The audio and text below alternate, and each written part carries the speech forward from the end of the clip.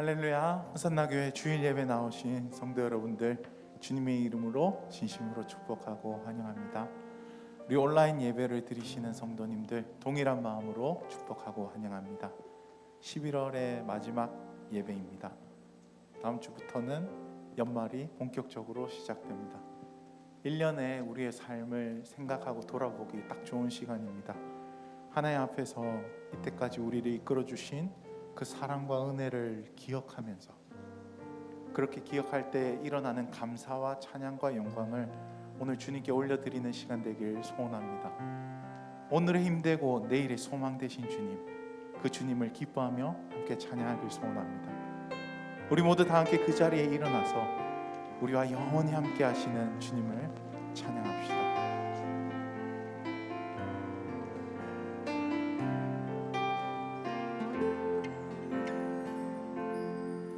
주님, 내가 주의 장막을 사모합니다.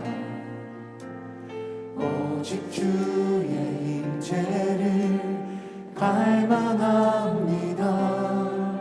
주의 집에서의 하루가 다른 곳의 첫날보다 좋으니 주 사랑 안에 머물며 사랑 노래합니다. 주님, 내가 주의 장막을 사모합니다. 오직 주의 임재를 갈망합니다. 주의 집에서의 하루가 다른 곳의 첫날보다 주 사랑 안에 머물며 사랑 노래합니다.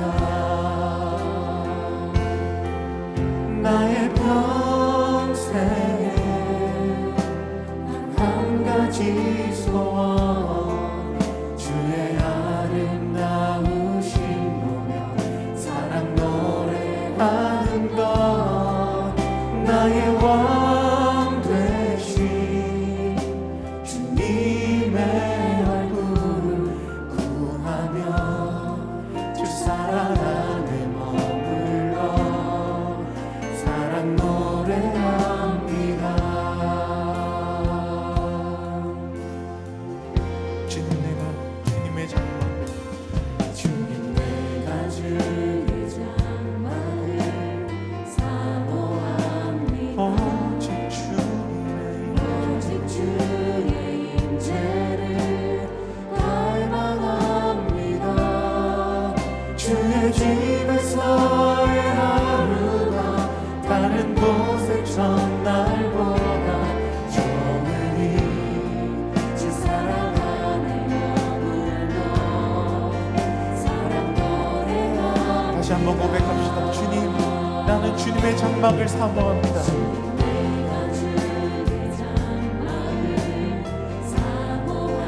오직 주님의 임재를 갈망합니다.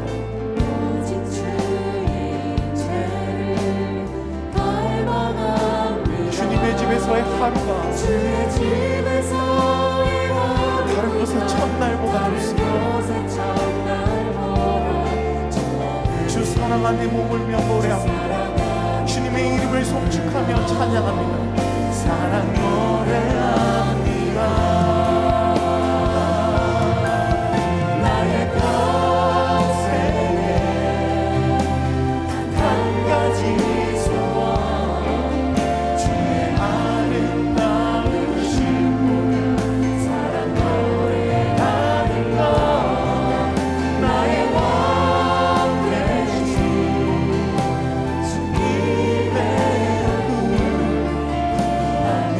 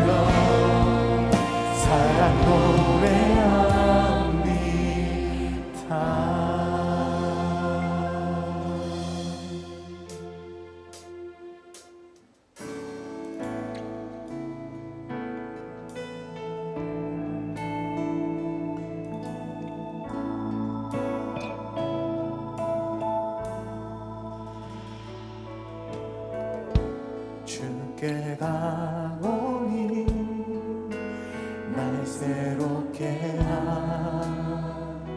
하시고 주의 은혜를 부어주소서.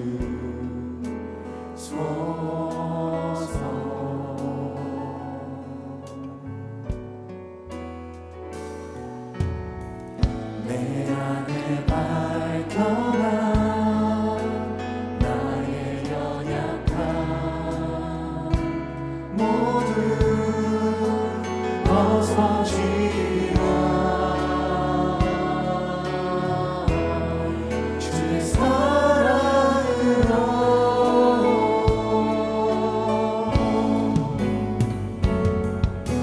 주 사랑 나를 붙드시고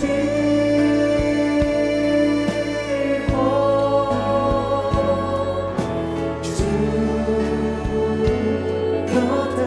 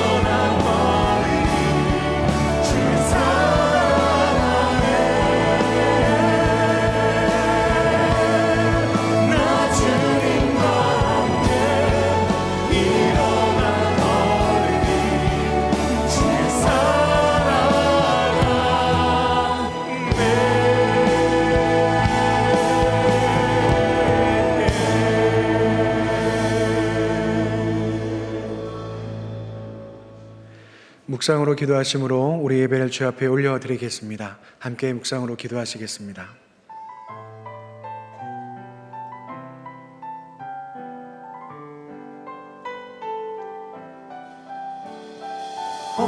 믿는 모든 자들아 다 함께 노래하세.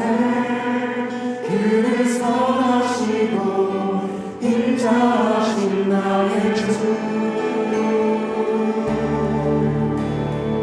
공감으로 주 성신하 그는 위대하신 와 십자가의 사랑 온 땅을 모두 다 함께 왕의 왕 되신 주님 찬양합시다. 할렐루야 할렐루야 왕의 왕께 기쁨으로 찬양해. 할렐루야 선하시고 인자하신 나의 주.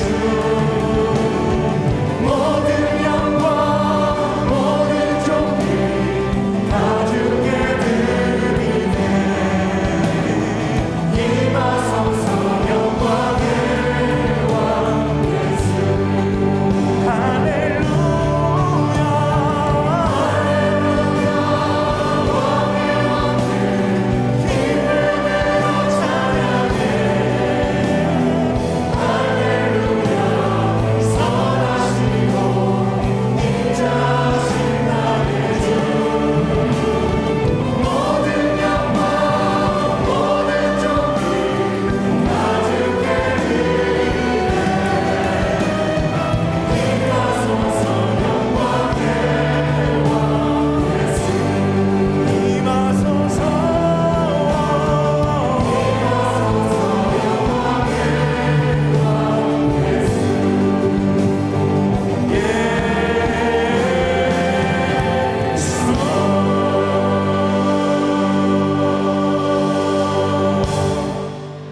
다 함께 사도신경으로 우리의 신앙을 고백하겠습니다.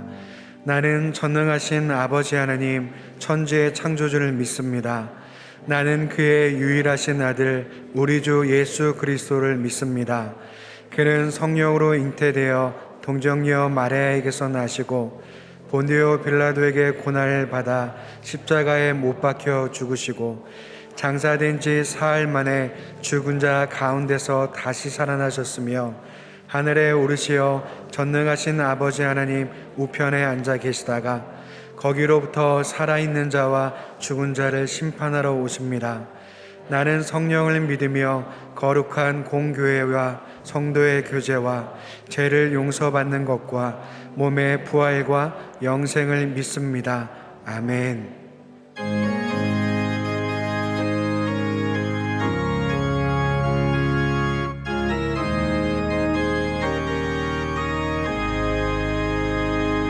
내 영혼의 그 깊은 데서 맑은 가락이 흘러가네.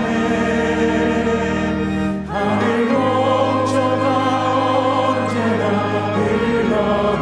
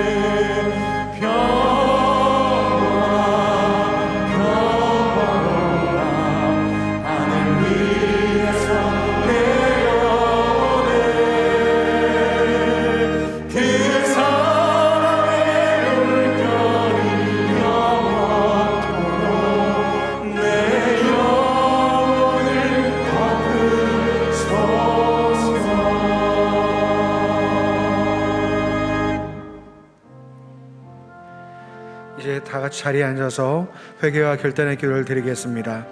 지난 한 주간 주님의 뜻대로 살지 못했던 우리 삶을 회개하며 하나님의 자녀다운 삶으로 살기로 결단한 기도를 주 앞에 올려드리겠습니다. 함께 기도하시겠습니다.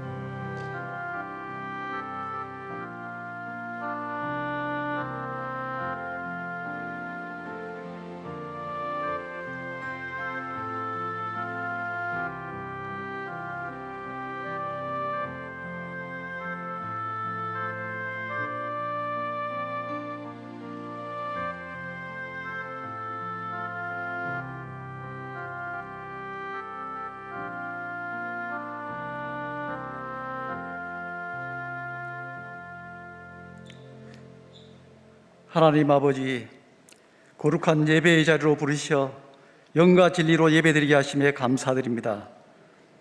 이 시간 저희들의 마음속에 예배를 사모하는 영을 부어주셔서 세상의 모든 염려와 근심을 다 내려놓고 오직 주님 앞에 몸과 마음을 드리는 귀한 시간이 되게 하여 주시옵소서. 하나님, 온 세계가 코로나 상황 가운데 갇혀 있습니다. 이 재난을 통하여 하나님의 뜻을 깨닫게 하시고 환경은 우리를 힘들고 어렵게 하지만 이럴 때일수록 감사를 선포하며 하나님 앞에 더 가까이 나아가게 하옵소서. 하나님 아버지, 이 민족을 긍휼히 여겨 주시옵소서. 대한민국이 경제적 침체, 불안한 외교와 안보, 정치인들의 탐욕으로 혼란 가운데 있습니다. 모든 어둠의 세력이 떠나가게 하시어 이 땅에 하나님의 사랑과 공의가 회복되게 하여 주시옵소서. 교회를 사랑하시는 하나님, 무너진 한국교회를 다시 일으켜 세워주시옵소서. 이 재난의 때에 복음 앞에 바로 서게 하시고 정결하게 하셔서 세상의 소망이 되게 하여 주시옵소서. 코로나로 활력을 잃어버린 이웃들에게 생명의 복음을 전하는 열정과 섬김이 풍성하게 일어나게 하옵소서.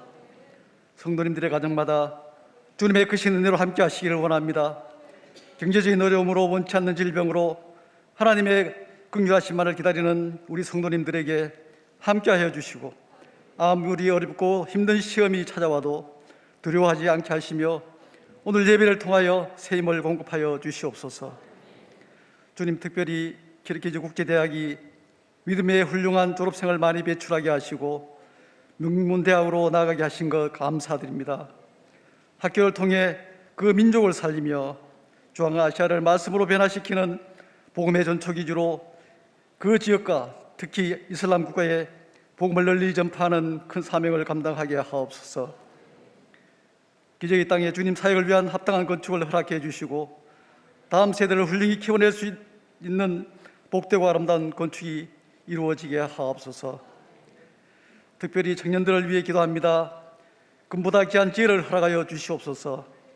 자신에게 주어진 젊음의 시간을 낭비하지 않게 하시고 하나님을 철저히 신뢰하며 비전을 가지고 자신의 삶을 소중히 살아가게 하옵소서. 사랑하는 담임 목사님의 영종 시술을 무사히 마치게 하심을 감사드립니다. 이전보다 더 온전하게 더 건강한 몸으로 회복시켜 주셔서 영과 육이 늘 건강하게 하시옵소서. 우리 목사님의 가정과 사역 위에 성령의 기름을 부어 주시옵소서. 이 시간 말씀을 증거하실 정하여 목사님께 성령의 능력으로 강하게 붙들어 주시고 선포되는 말씀에 따라 우리 모두가 주야로 그 말씀을 묵상하는 복 있는 자로서의 삶을 살 수 있도록 인도하여 주시옵소서. 예배를 위해 여러 모양으로 봉사하는 숨은 손길들을 기억하여 주시고 그들의 삶에 참된 평안과 축복을 내려 주시옵소서. 오늘 또 주님을 사모하며 드려지는 모든 예배 위에 은혜로 함께해 주실 간절히 원하오며 예수님 이름으로 기도드립니다. 아멘.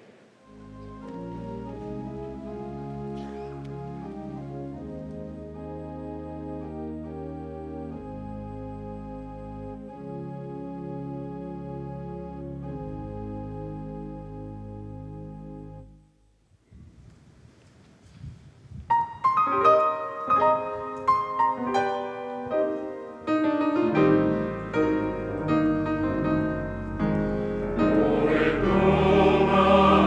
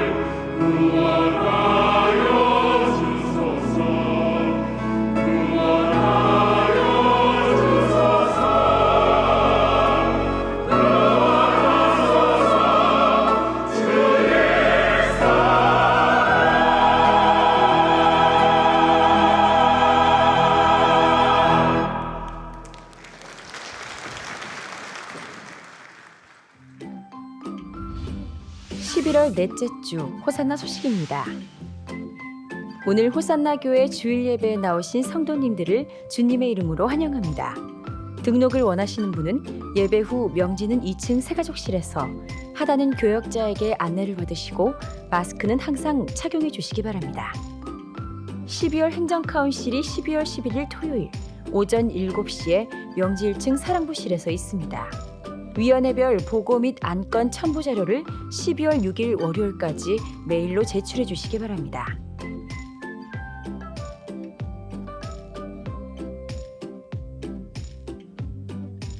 사랑의 김치 나눔 사역이 12월 4일 토요일 오전 8시 30분에 명지 지하 1층 식당에서 있습니다. 제35기 제자훈련생을 12월 19일 주일까지 명지 1층 행정사무실과 교회 홈페이지를 통해 모집합니다. 재정위원회 개수실 신임 안수집사 헌금개수 교육이 오늘 오후 1시에 명지 2층 새가족실에서 있습니다. 온라인 선교 중보기도회가 12월 5일 주일 오후 1시에 캄보디아 백정원 선교사님과 함께 줌을 통해 온라인으로 진행됩니다. 서기관의 영상으로 2022년 호산나 성경 통독 성경 필사 신청자를 12월 5일 주일부터 18일 토요일까지 모집합니다. 사역박람회가 12월 5일 주일부터 교회 홈페이지를 통해 온라인으로 진행됩니다. 행복한 섬김으로 아름다운 세상을 만드는 사역의 장으로 성도님들을 초대합니다. 말씀과 함께 12월호 모바일 버전을 호산나 교회 등록교인에 한하여 온라인 교인센터 앱 또는 교회 홈페이지를 통해 무료로 사용하실 수 있습니다. 이번 주 미꿈소 비전센터를 위한 릴레이 기도 담당은 하늘마을이며 다음 주는 행복마을입니다. 그 외에는 주보를 참고해 주시기 바랍니다. 오늘 저희 예배 처음 나오신 귀한 성도님을 소개하겠습니다.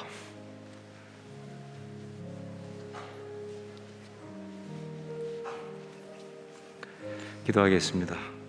사랑하는 주님, 안주환 이푸름 가정 가운데 귀한 아들 민결 허락하시고 이렇게 또 예배 가운데 나와서 축복하며 기도하게 하심을 감사합니다. 아버지 하나님, 민결의 삶의 주인은 우리 하나님이신 것을 고백합니다. 정말 하나님이 친히 인도하시고 또 하나님이 친히 복 주시는 은혜가 계속되게 도와주시고 그러한 은혜를 많은 사람이 나눠주는 우리 귀한 아들 되게 하여 주시옵소서. 그렇게 영향력 있게 하시고 그렇게 많은 사람들을 행복하게 하는 복된 사람 되게 하여 주시옵소서. 축복하옵고 예수님 이름으로 기도합니다. 아멘.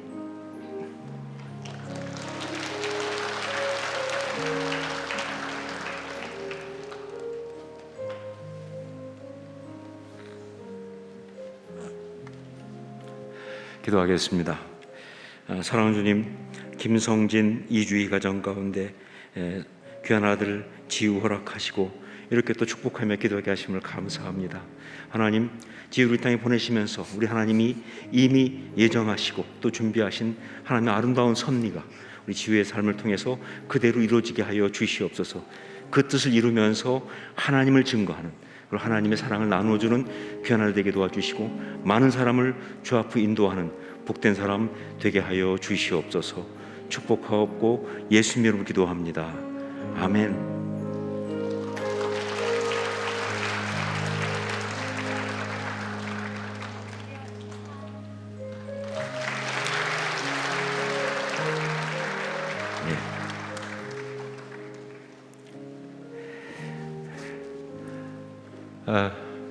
여러분이 아마 좀 깜짝 놀라신 분도 있을 거예요. 원래 목사님 나오시면 안 되는 거 아니냐 이렇게 생각하는 분이 있을 텐데 제가 그렇게 뭐 많이 아프거나 큰 수술을 받거나 그런 게 아니기 때문에 그래서 광고하러 나왔습니다.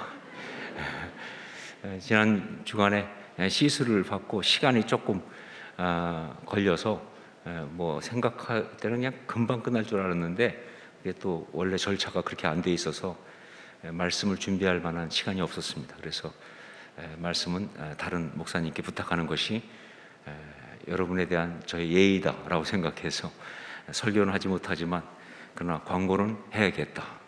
여러분이 저를 잊어버릴까 봐 그래서 이렇게 나왔습니다.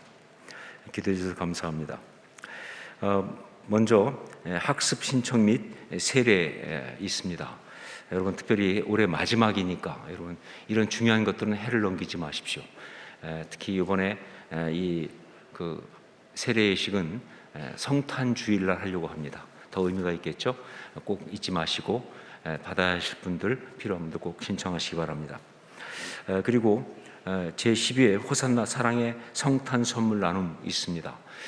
어떤 분들은 조금 이거 헷갈려 하시는 분이 있어요. 얼마 전에 땡큐 박스 했는데 또 다른 박스를 또 만들어야 되는가 이렇게 생각하실 수 있는데 이 추수감사주일에 했던 땡큐 박스와 성탄주일에 하는 이 성탄 선물 나눔은 좀 다릅니다. 추수감사주일에는 우리가 열매를 주 앞에 드리는 마음으로 과일을 가져다가 땡큐 박스를 만들어서 우리 복지단이나 또 노인 복지 같은 곳에 있는 분들하고 이렇게 함께 나눈 거고요. 이것은 성탄절을 맞아서 우리 주변에 굉장히 많은 분들이 생각보다 성탄 선물을 받을 수 없는 환경 인사에 많이 있습니다. 부모가 특히 아이들이죠. 부모가 그럴 수 없는 상황들. 그래서 그런 아이들에게 그런 사람들한테 그 부모를 대신해서 하나님의 사랑으로 우리가 성탄 선물을 주자라고 시작한 아주 계속 매년 해오던 귀한 행사입니다. 그래서 이 성탄 선물 사랑의 성탄 선물 나눔을 하는데 작년 같은 경우는 코로나 때문에 모일 수가 없어서 그런 것도 있지만 원래 늘 하던 것에서 한 20% 정도가 적게 들어왔습니다. 그 바람에 저희가 한 500개 이상을 항상 했는데 400개밖에 안 돌아가지고 그래서 100 몇십 명의 아이들이 받질 못했어요. 굉장히 기다렸을 텐데 마음이 얼마나 안타까웠는지 그래서 올해는 절대로 그런 일이 있으면 안 되겠다라고 생각합니다. 여러분 사랑의 성탄 선물 나눔 기도로 담으셔서 준비하시고 정말 하나님의 사랑이 전달될 수 있도록 이렇게 해서 꼭 함께 해주시길 부탁드립니다. 그래서 올해는 절대 부족하지 않고 넘치게 잘 전달할 수 있도록 부탁드리고요.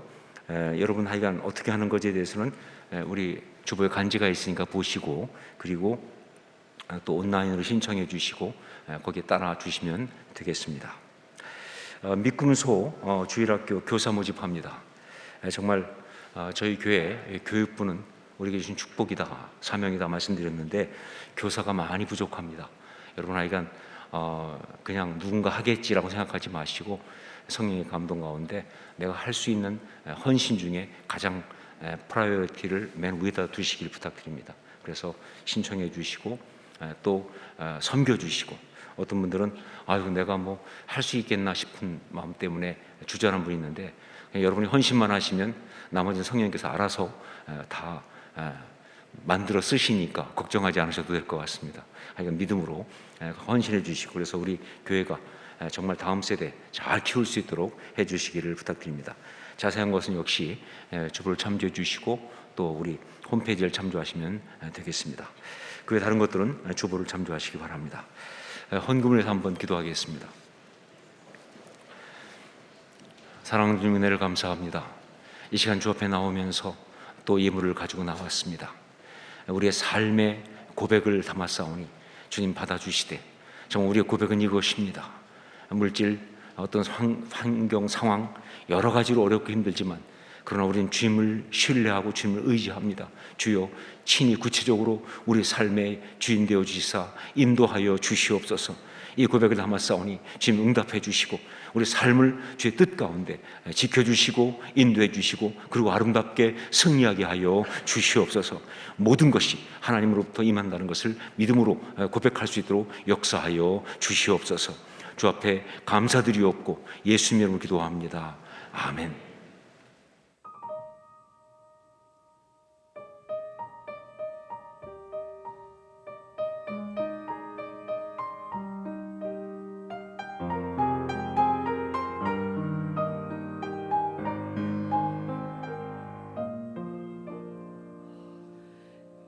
근심 걱정 말아라 주 너를 지키리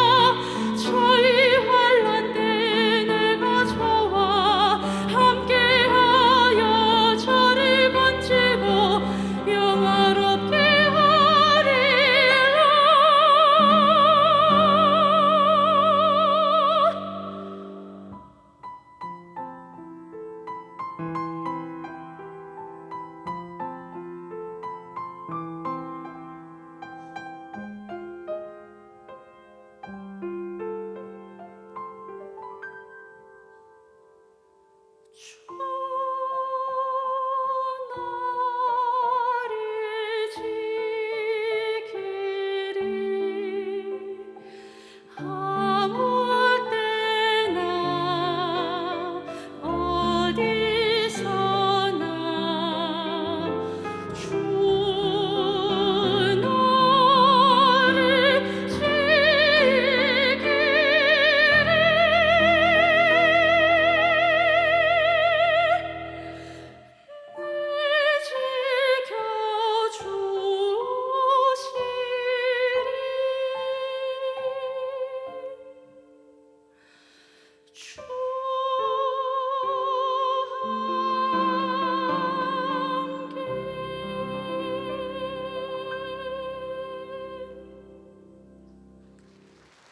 아멘. 네, 귀한 찬양에 감사드립니다. 함께 말씀을 나누도록 하겠습니다. 요한복음 21장 1절로 7절까지의 말씀을 함께 교독하도록 하겠습니다. 요한복음 21장 1절로 7절, 제가 먼저 한 절 읽고 여러분들 한 절 읽고 교독하도록 하겠습니다. 그 후에 예수께서 디베랴 호수에서 또 제자들에게 자기를 나타내셨으니 나타내신 일은 이러하니라. 시몬 베드로와 디두보라 하는 도마와 갈릴리 가나 사람 나다나엘과 세베대의 아들들과 또 다른 제자 둘이 함께 있더니 시몬 베드로가 나는 물고기 잡으러 가노라 하니 그들이 우리도 함께 가겠다 하고 나가서 배에 올랐으나 그날 밤에 아무것도 잡지 못하였더니 예수께서 바닷가에 서셨으나 제자들이 예수이신 줄 알지 못하는지라. 예수께서 이르시되 얘들아 너희에게 고기가 있느냐 대답하되 없나이다.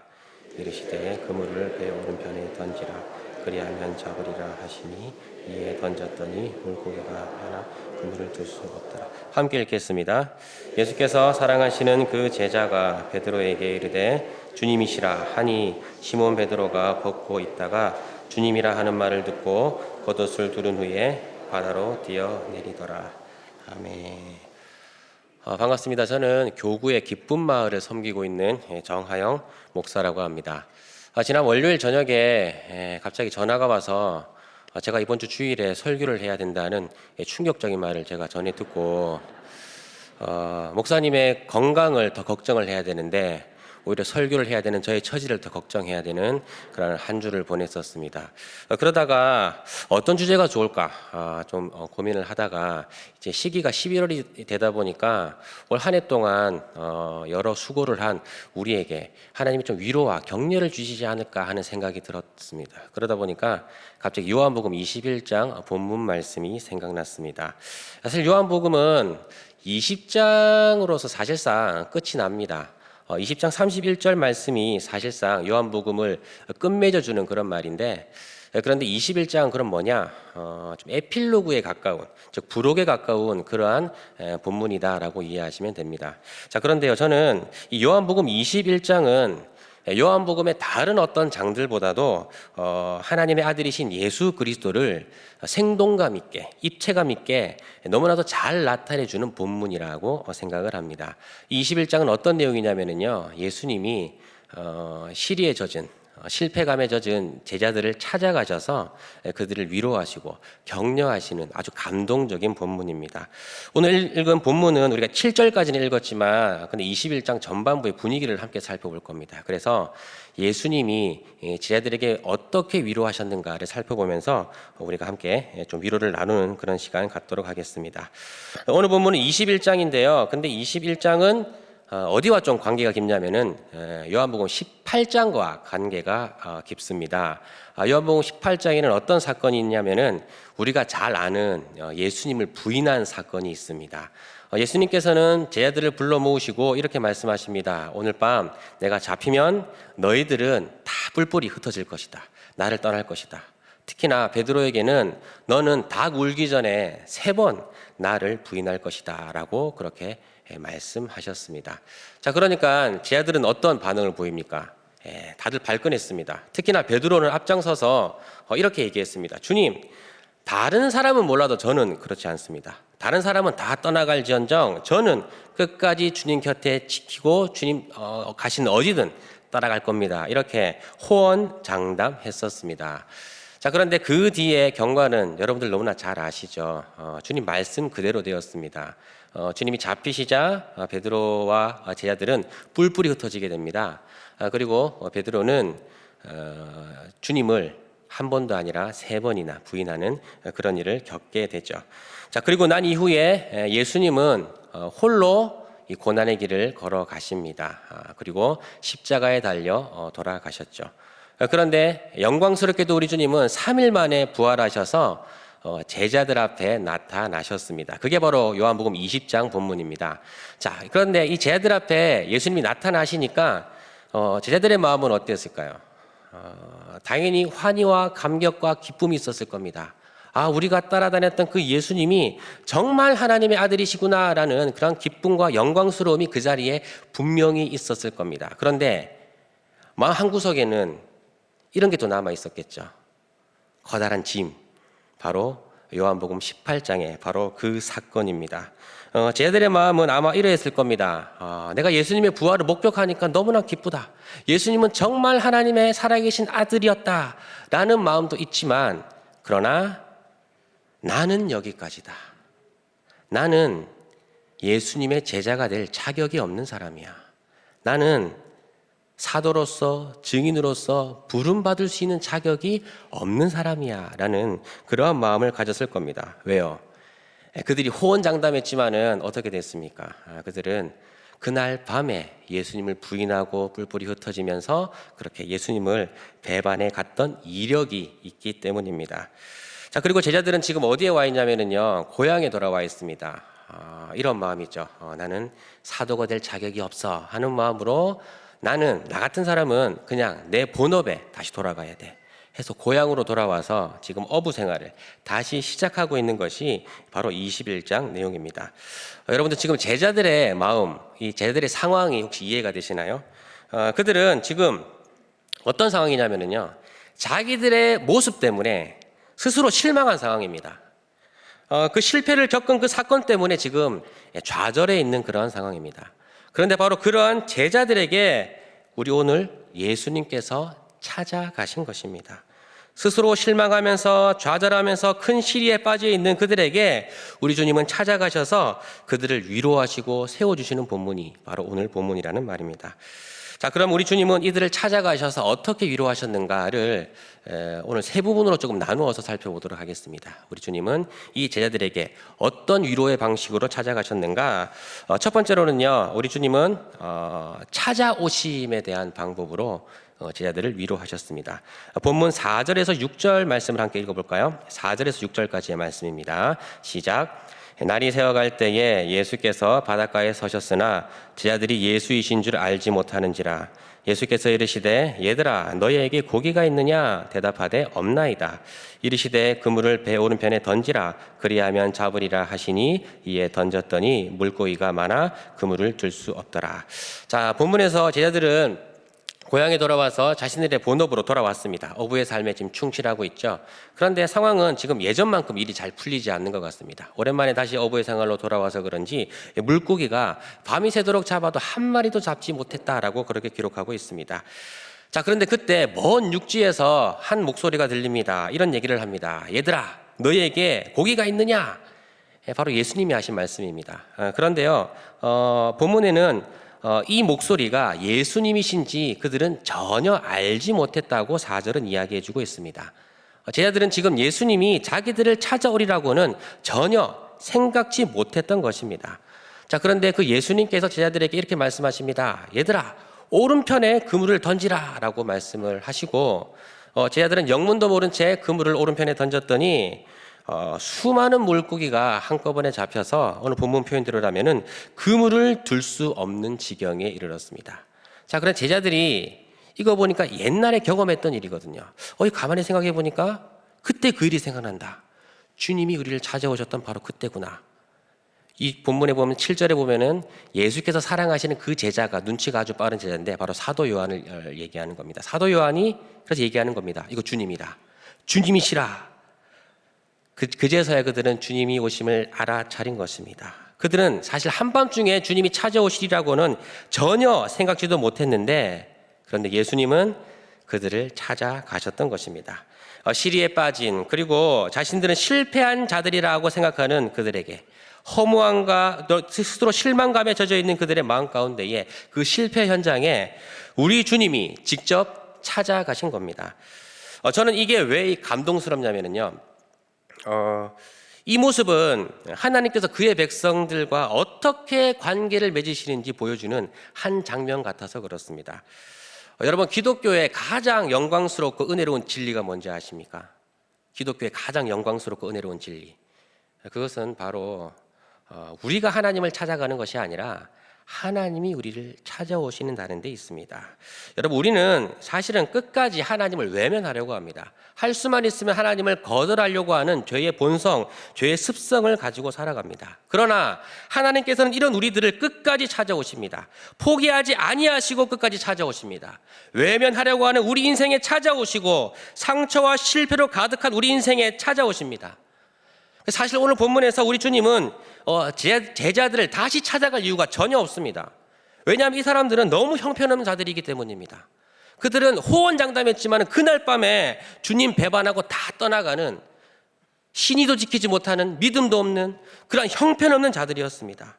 주님은 이 제자들을 다시 찾아가서 이들을 다시 스카웃할 이유가 전혀 없습니다.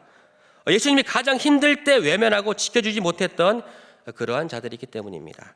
또한 그들 스스로도 자신들이 어떤 자인 줄 알고 지금 사도될 자격이 없다 여기고 떠난 자들이기 때문입니다. 자, 그런데 이러한 부족하고 연약한 자들에게 우리 주님이 다시 찾아오셨습니다.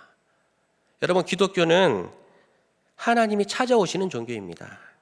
우리를 끝까지 포기하지 아니하시고 우리를 찾아오시는 종교입니다. 성경에 보면은, 또 교회사에 보면은 수많은 위인들이 있는데 어느 누구도 스스로 하나님을 찾아간 사람은 아무도 없습니다. 성경 인물들 중에 뭐 아브라함이라든지 모세라든지 바울이라든지 등등. 근데 교회사에도 보면은요, 뭐 루터와 칼빈, 뭐 조지 위필드, 가깝게는 C.S. 루이스 같은 사람들의 정기를 한번 읽어보십시오. 그들은 단 한 사람도 그들 스스로가 납득이 되어서 하나님께로 찾아간 사람이 아무도 없습니다. 모두 하나님을 외면하려고 하거나 모른 척하고 살아가거나 했는데, 그런데 그러한 자들에게 하나님이 언제나 찾아가셨죠. 그리고 하나님이 그들을 하나님의 사람으로 빚어내신 것입니다. 제가 신방을 다니다 보면은 대부분 신앙을 가지게 된 동기를 이렇게 말씀하십니다. 보통은 자신이 삶이 무너졌을 때, 뭐 삶의 고난이나 자신이 약해져 있을 때, 그때 신앙을 가지게 된 그런 이야기들을 들려주시는 많은 분들이 계십니다. 그런데 그 중에 어떤 분이 이런 표현을 하신 것이 인상에 남았습니다. 어떤 표현이냐면요, 이렇게 얘기했습니다.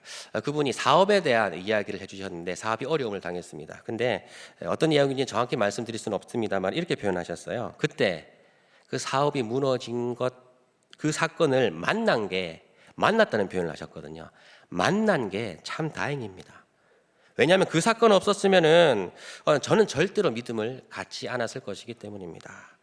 그런데 하나님께서 그런 저의 강질의 성격을 아시고 하나님이 그 사건을 통해서 나를 찾아오셨습니다 라는 이런 표현을 하시더라고요.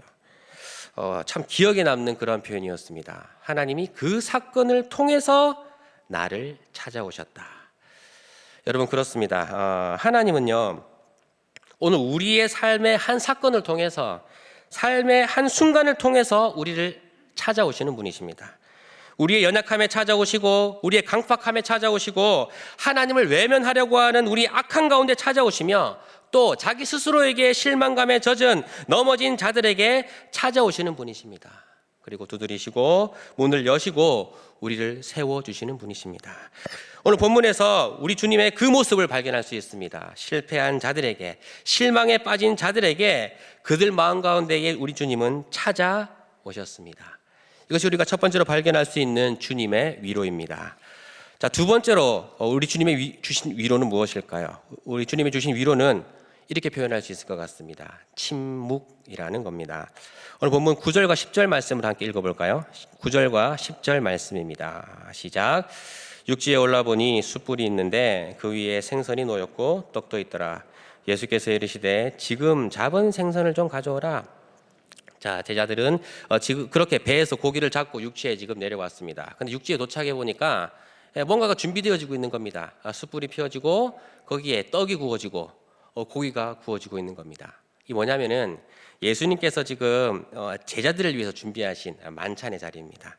허기진 그들의 배를 달래주시기 위해서 지금 조그만한 잔치를 준비하고 계셨던 겁니다. 자, 그런데요, 우리 주님의 참 재밌는 말씀이 하나 있습니다. 10절 말씀에 보면 이런 게 있거든요. 우리 주님이 이렇게 말씀하십니다. 지금 너희가 지금 그 잡은 생선을 좀 가져와라, 이런 말씀을 하십니다.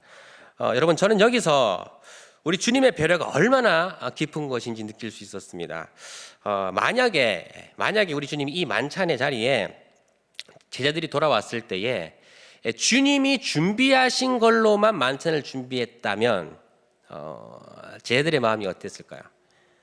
조금 더 위축되었을 겁니다. 조금 더 죄송했을 것이고 마음도 더 굳어졌을 겁니다. 자, 그런데 그런 제자들의 마음을 우리 주님이 읽으시는 것처럼 오늘 본문에서 그들이 잡은 생선을 요구하십니다. 야, 너희들이 잡은 그 생선을 가져와라. 너희들의 그 수고를 가져와라.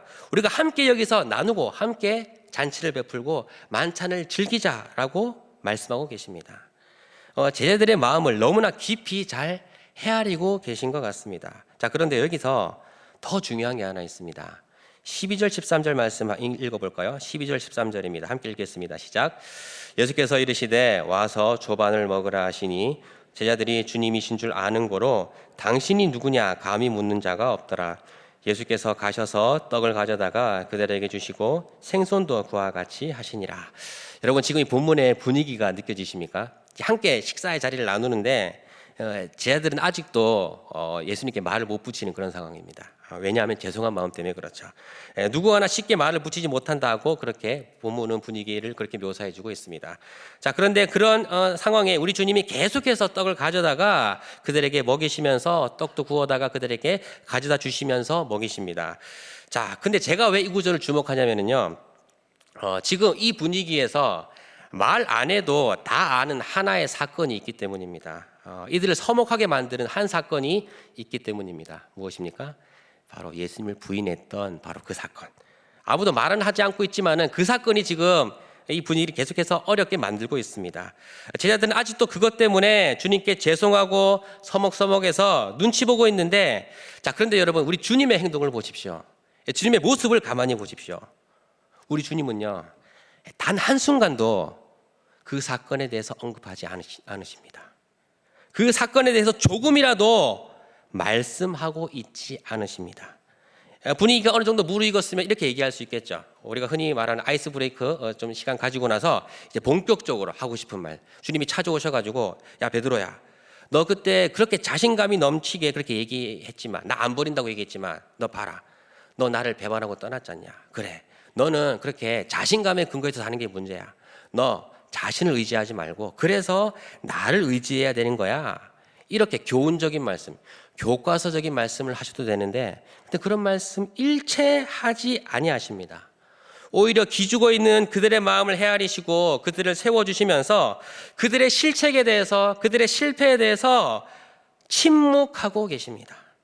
모르는 척 해주고 계신다는 말입니다. 여러분, 사실 우리는 어떻습니까? 우리는 이런 일 겪으면 어떻습니까? 누군가가 나에게 잘못하면은 그거 지구 끝까지 찾아가서 그거 보복해줘야만 합니다. 그렇죠. 반드시 그것을 들춰내야만 합니다. 그 사람이 혹시 틀렸다 그러면은 역시나 지구 끝까지 찾아가가지고 그 사람이 틀렸다는 것을 증명하고 나의 옳음을 증명해야만 합니다. 또한 내가 상처 입은 일들은 절대 그냥 넘어가지 않습니다. 상대방의 말 실수나 이런 것들은 반드시 민낯을 들춰내줘서 그 사람의 코를 납작하게 해줘야만 합니다. 그래야만 속이 시원한 게 우리의 성미죠. 자, 그런데 우리 주님은 그렇게 하지 않으셨다는 말입니다. 우리 주님은 그들의 잘못을 지금 모른 척 해주고 계십니다. 침묵하고 덮어주고 계십니다. 이렇게 위축되어 있는 그들을 우리 주님은 세워주시면서 그들의 실수, 그들의 부끄러운 과거에 대해서 침묵하시며 덮어주고 계신다는 겁니다. 이것이 우리 주님이 우리에게 보여주시는 두 번째 위로입니다. 그들의 잘못을 덮어주시면서 그들을 세워주고 계신 것이죠. 자, 그리고 오늘 우리 주님이 보여주시는 세 번째 위로를 함께 보도록 하겠습니다. 주님이 주시는 세 번째 위로는 이렇게 표현할 수 있을 것 같습니다. 바로 초청이라는 것입니다. 우리가 읽지는 않았지만은 너무나 유명한 한 구절이 있죠. 21장 17절 말씀인데요. 함께 읽어보도록 하죠. 17절 말씀입니다. 시작. 세 번째 이르시되 요한의 아들 시몬아 네가 나를 사랑하느냐 하시니 주께서 세 번째 네가 나를 사랑하느냐 하심으로 베드로가 근심하여 이르되 주님 모든 것을 아시오매 내가 주님을 사랑하는 줄을 주님께서 아시나이다. 예수께서 이르시되 내 양을 먹이라. 너무나 잘 아는 구절입니다. 우리 주님이 아침 조반을 먹은 이후에 베드로와 따로 시간을 가지십니다. 베드로와 단둘이 대화를 나누시는 그런 시간입니다. 그때 이 질문을 하십니다. 베드로야, 요한의 아들 시몬아, 네가 나를 사랑하느냐? 그때 베드로의 대답이 무엇이었죠? 이전 같았으면 베드로는 이렇게 대답했을 겁니다. 주님, 당연하죠. 주님, 저를 몰라서 그렇게 질문하시는 겁니까? 저는 주님, 다 누구보다 주님 더 사랑합니다. 예전 같았으면 그렇게 대답할 겁니다. 그런데 지금은 그렇게 대답할 수가 없습니다. 왜 그렇습니까? 실패한 이력이 있기 때문이죠. 그래서 베드로의 대답은 이렇습니다. 주님, 내가 주를 사랑하는지 주께서 아시나이다. 베드로는 더 이상 자기 자신감의 근거에서 대답하지 못합니다. 무엇에 근거해서 대답하냐면은 주님의 미리 아심에, 주님의 모든 것을 아심에 근거해서 자신의 진심을 표현합니다. 내가 주님을 사랑하는지 주께서 아시나이다. 주님, 내가 비록 실패했지만 내가 주님을 사랑한다는 이 진심은 있다는 것을 주님은 이미 아십니다라는 대답으로 그렇게 이 질문에 답을 합니다. 자, 그러자 우리 주님께서 베드로에게 하신 말씀은 무엇입니까? 내 양을 먹이라라고 말씀하십니다. 자, 근데 이 대화가 몇 번 왔다 갔다 했는지 잘 아시죠? 이 똑같은 대화가 같은 질문, 같은 답이 몇 번 왔다 갔다 했는지 잘 아시죠? 3번이나 이 질문과 이 대답은 왔다 갔다 했습니다. 자, 여러분 왜 그렇다면 주님은 이 같은 질문을 왜 3번이나 하셨을까요? 지금 내용도 같고 질문하는 것도 같고 내용도 다 같습니다. 대답도 같습니다. 그런데 우리 주님은 왜 3번이나 베드로에게 이 질문을 하신 것일까요? 본문에 나와 있지는 않습니다만은 저는 이것 또한 18장의 그 사건과 관계가 깊다고 확신합니다. 18장에서 베드로는 우리 주님을 몇 번 부인했었죠? 3번 부인했었습니다. 자, 그런데 시간이 흘러서 우리 주님은 다시 한번 3번 그에게 질문하시면서 기회를 주고 계신 것 같습니다. 그에게 다시 한번 회복의 시간을 주실 뿐만 아니라 베드로의 진심을 베드로 스스로가 확인할 수 있는 기회를 주고 계신다는 확신이 들더라고요. 사실 주님은 베드로의 마음을 정말 몰라서 질문하신 게 아닐 겁니다. 오히려 베드로 스스로에게 너 마음에 자책감이 있지. 그런데 네가 나를 3번 부인한 거 그것 때문에 자책하지 말고 네가 나를 이렇게 정말 사랑하고 있다는 것을 확인해라. 너는 그렇게 뜨거운 심장을 가지고 있는 사람이다라는 것을 확인시켜 주시기 위해서 3번이나 동일한 질문을 하셨다고 생각합니다. 그리고 우리 주님은 베드로에게 그가 주님을 향한 이런 진심이 있다는 것을 확인시켜 주시고 난 뒤에 이렇게 말씀하십니다. 내 양을 먹이라. 내 양을 먹이라고 하는 이 말씀은 여러분들 잘 아시겠지만 베드로의 소명을 가리키는 말씀입니다. 이제 앞으로 베드로가 주님의 증인의 삶을 살아가며 주님의 교회를 세워 나가야 할 베드로의 소명을 말씀하는 것인데, 그런데 저는 이 말씀이, 내 양을 먹이라고 하는 이 말씀이 베드로에게 네가 나를 사랑하는 것만큼 이제 열심히 일해야 된다. 너 열심히 섬겨야 된다. 이제 2번의 실패는 없다. 너 이제 한 번의 실패로 이제 끝나야 된다. 네가 나를 사랑한다는 거 이제 다시 네 입으로 얘기했으니까 다시 이 일을 열심히 섬겨야 된다라는 식으로 헌신을 강요하는 말씀으로 보이지 않습니다. 오히려 저는요, 이 말씀은 어떻게 보이냐면요, 베드로에게 우리 주님은 지금 영광스러운 사역으로 그를 초청하고 초대하시고 참여시켜 주시는 말씀으로 보입니다. 왜 그렇습니까? 사도들의 행적을 보면은요, 어느 누구도, 사도 중에 어느 한 사람도 억지로 그의 소명을 감당하는 사람은 아무도 없기 때문입니다. 마지못해서 내가 주님을 사랑한다고 겉으로 공식적으로 얘기했기 때문에 어쩔 수 없이 그 일을 해야지, 마지못해 일을 해야지, 그러면서 그들의 사역과 사명을 감당하는 사람은 단 한 사람도 없습니다. 여러분 사도행전을 읽어보시고 신약의 여러 서신들을 한번 읽어보십시오. 그들은 언제나 주님의 증인이 되는 것을 기뻐했습니다. 그들 앞에 닥쳐진 것이 조롱이고 비난이고 세상의 물리적인 압력이고 핍박이고 폭력이었어도 그들은 언제나 기쁨이 넘쳤습니다. 그들은 고난의 현장에서도 주님의 이름을 기뻐하며 찬양했습니다. 심지어 감옥에 갇혀서도 내일 어떻게 될지 모르는 그들의 순간에도 그들은 주 앞에 감사하며 찬양하며 기쁨으로써 그 모든 것들을 감당했으며, 더 나아가서 성도들을 격려하는 서신까지도 쓰는 그런 모습을 보였습니다. 어떠한 순간에도 그들은 주님의 길을 따르며 주님께서 맡기신 그 일을 감당한다는 것을 기쁨으로 여기며 주님께 쓰임 받는다는 그 사실을 항상 영광스럽게 여겼습니다. 그 중에 베드로는 그의 서신에서 이런 고백을 한 적이 있습니다. 정말 눈여겨볼 만한 구절인데요. 베드로후서 1장 3절 4절인데요. 함께 한번 읽어보도록 하죠. 1장 3절 4절입니다. 시작. 그의 신기한 능력으로 생명과 경건에 속한 모든 것을 우리에게 주셨으니 이는 자기의 영광과 덕으로서 우리를 부르신 이로 말미로 말미암음이라. 이로써 그 보배롭고 지극히 큰 약속을 우리에게 주사 이 약속으로 말미암아 너희가 정욕 때문에 세상에서 썩어질 것을 피하여 신성한 성품에 참여하는 자가 되게 하려 하셨느니라. 자, 여기서 보면은 베드로는 이렇게 표현합니다. 베드로는 성도의 삶, 즉 주님을 따르는 그 삶을 이렇게 표현하는데, 이 길, 즉 예수님을 따르는 이 길은 영광과 덕으로서 초대받은 자리이다. 그리고 이 길, 이 자리는 세상 정욕을 따르는 삶이 아니라 놀라운 신의 성품에 참여하게 되는 그런 영광스러운 자리다라고 고백하고 있다는 겁니다.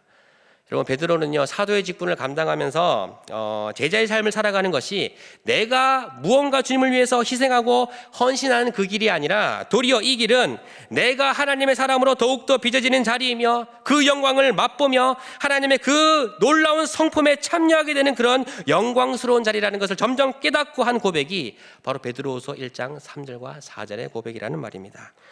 여러분, 많은 사람들이 우리가 주님을 위해 무언가를 해야 한다고 생각합니다.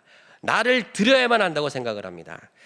저도 사실 그랬습니다. 저도 처음에 사역을 할 때, 목회를 할 때에 내가 주님을 위해서 무언가를 해야 한다고, 헌신해야 된다고만 생각을 했습니다. 자, 그런데 제가 사역을 하면 할수록 느끼는 것은 무엇이냐면요, 내가 하나님을 위해서 무엇을 하는 것이 아니라 오히려 이 길은, 이 자리는 하나님이 나를 위해서 준비하신 자리라는 것을 매번 되새기게 됩니다. 사역을 하는 것마다 제 힘으로 되는 것이 하나도 없고 제 계획대로 되는 것이 하나도 없을 때가 너무나도 많습니다.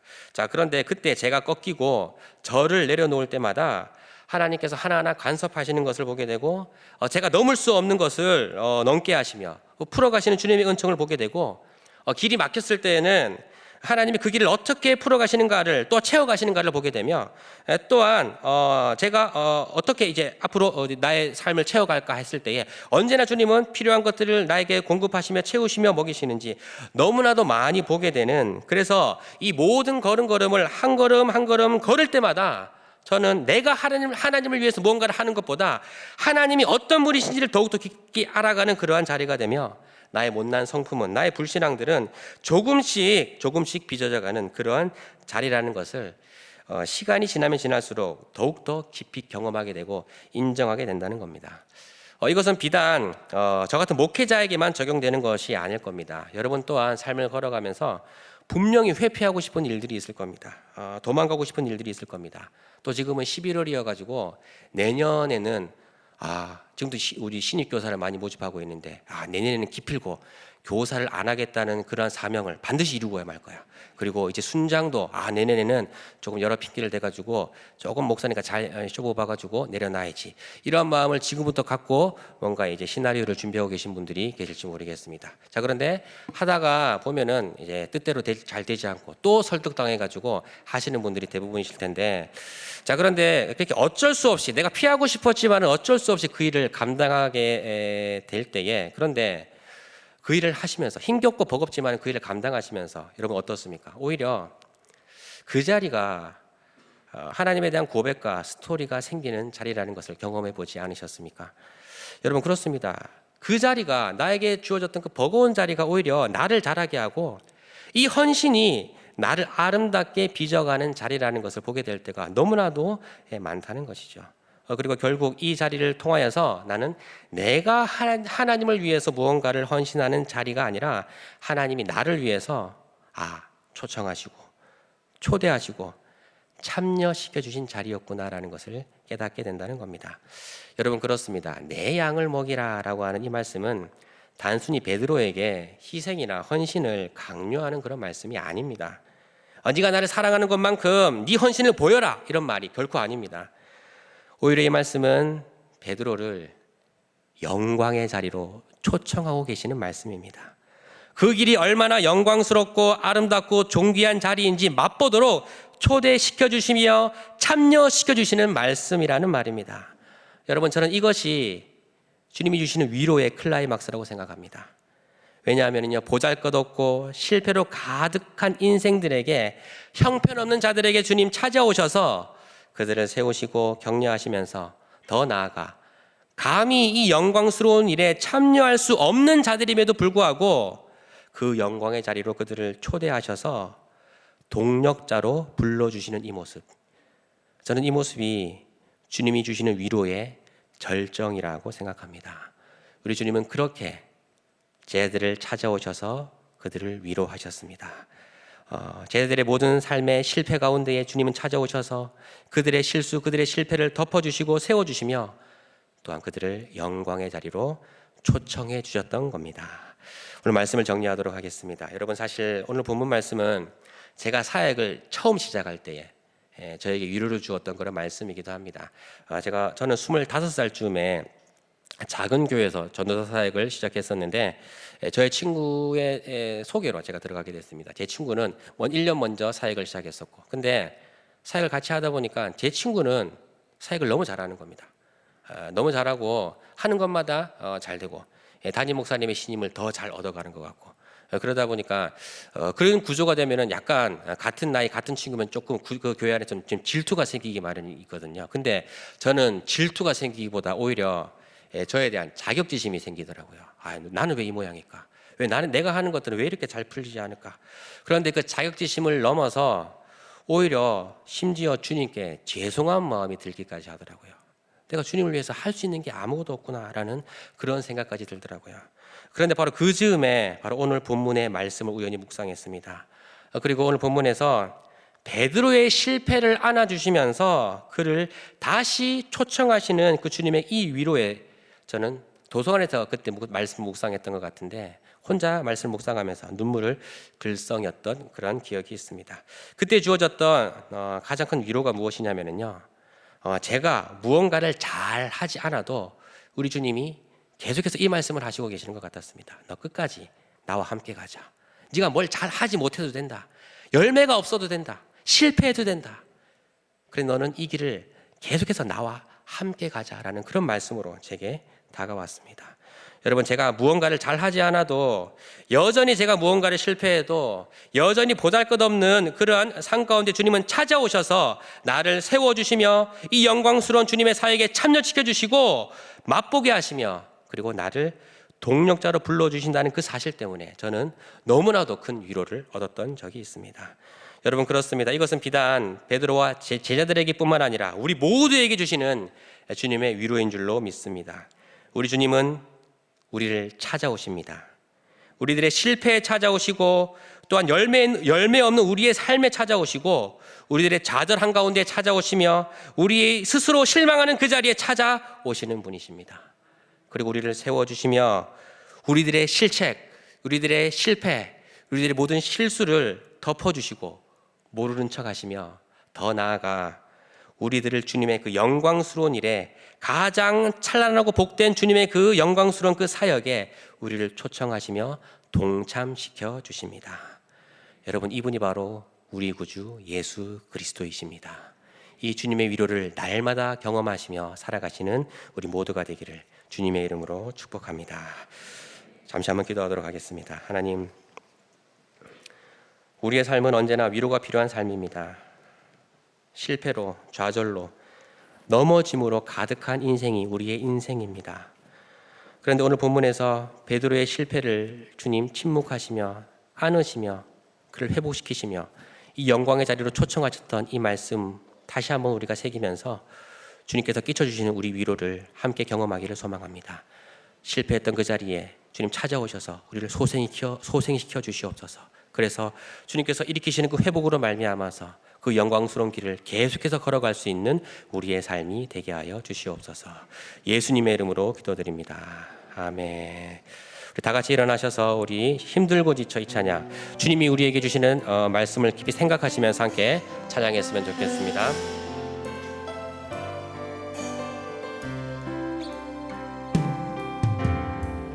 힘들고 지쳐 낭망하고 넘어져 일어날 힘 전혀 없을 때엔 조용히 다가와 손잡아 주시며 나에게 말씀하시네. 나에게 실망하며 내 자신 연약해 고통 속에 눈물 흘릴 때에 못자국 난 그 손길 눈물 닦아주시며 나에게 말씀하십니다. 너는 내 아들이라. 너는 내 아들이라. 오늘날 내가 너를 낳았도다. 너는 내 아들이라. 나의 사랑하는 내 아들이라. 언제나 변함없이 너는 내 아들이라. 나의 십자가 고통 해산의 그 고통으로 내가 너를 낳았으니 너는 내 아들이라. 너는 내 아들이라. 오늘날 내가 너를 낳았도다. 오늘날 내가 너를 낳았도다. 너는 내 아들이라. 나의 사랑하는 내 아들이라. 나의 사랑하는 내 아들이라. 나의 사랑하는 내 아들이라.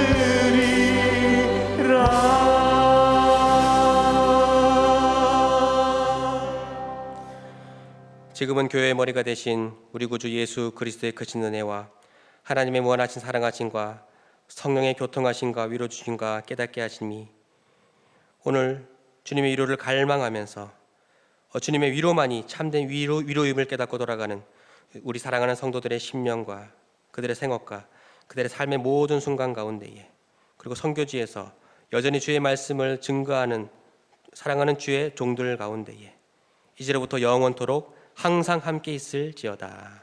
아멘.